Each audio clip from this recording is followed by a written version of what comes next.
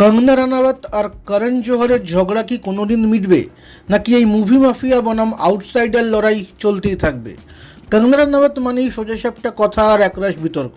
সম্প্রতি এক সাক্ষাৎকারে তিনি আবার তোপ দেখেছেন পরিচালক করণ জোহরের বিরুদ্ধে।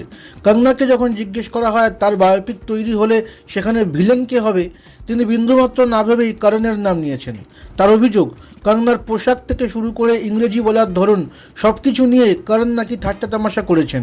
এমনকি কঙ্গনা যখন করণের সাথে কাজ করছিলেন তখন নাকি তাকে উদ্দেশ্য প্রণোদিতভাবে একটি ছোট পার্শ্ব চরিত্রে আটকে রাখা হয়েছিল। কঙ্গনার আক্ষেপ, ইন্ডাস্ট্রিতে টিকে থাকার জন্য অনেকেই প্রথম দিকে মানিয়ে নেওয়ার চেষ্টা করে, কিন্তু একটা সময় পর বোঝা যায় যে কিছু মানুষ আসলে কোনোদিনও আপনাকে আপন করে নেবে না, বরং সুযোগ পেলে তারা আপনাকে পৃথিবী থেকে মুছে ফেলতেও পিছপা হবে না। তবে এখন কঙ্গনা আর এসব নিয়ে একদমই ভাবেন না, কারণ তার নিজের মতে সাকসেস তিনি একাই অর্জন করেছেন। তাই অতীতে করণকে যা যা বলেছেন তা নিয়ে তার মনে কোনো অনুশোচনা নেই। আপনার কি মনে হয়, কঙ্গনার এই অভিযোগগুলো কি সত্যি যুক্তিসঙ্গত, নাকি তিনি প্রচার পাওয়ার জন্য বারবার একই কথা বলেন? আপনার নিজের জন্য বা নিজের ব্যবসার জন্য পার্সোনাল বা বিজনেস ওয়েবসাইট তৈরি করতে চান, অথবা তৈরি করতে চান আধুনিক মোবাইল অ্যাপ? কোথায় যোগাযোগ করবেন, কিভাবে শুরু করবেন বুঝতে পারছেন না? যোগাযোগ করুন নিচে দেওয়া ফোন নাম্বারে। আপনার সমস্ত প্রশ্নের উত্তর পাবেন এখানেই।